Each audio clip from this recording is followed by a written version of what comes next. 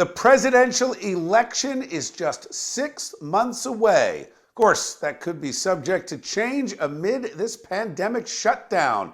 But many big questions are starting to arise. Who will presumptive Democratic nominee Joe Biden select as his running mate? While he is committed to choosing a woman, there is pressure for him to make it a black woman. Also, how will the Tara Reade sexual assault story play out for the former vice president's campaign? Trump was in the battleground state of Arizona Tuesday, his first long-distance trip since the pandemic began. While it was an official White House visit, not a campaign event, there are politics at play. Trump visited a Honeywell facility, turning out N95 masks, and touted his administration's efforts to combat the crisis.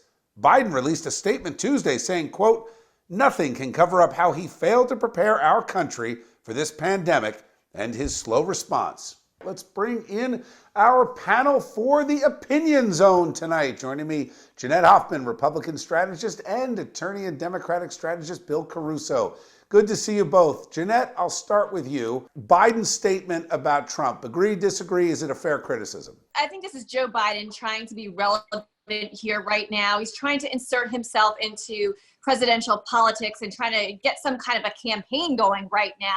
I think what everyone wants to hear is leadership from the president, how we're going to get our economy started again. All right, to that point, Bill, let me ask you, we've had the biggest economic crisis in American history. We have a huge problems, unemployment and debt, etc.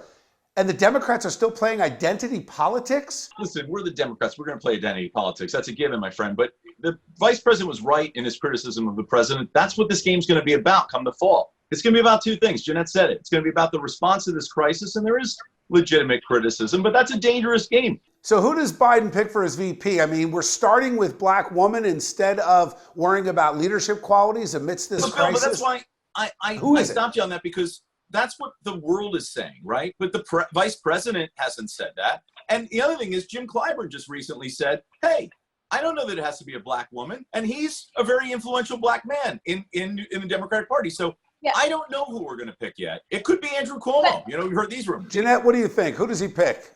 Biden's already boxed himself in here. He said he's going to pick a woman. He has to pick a woman, especially in light of these Tara Reade allegations that are out there. Is it Michelle Obama or Oprah Winfrey? Who does he pick? Yes, all the above.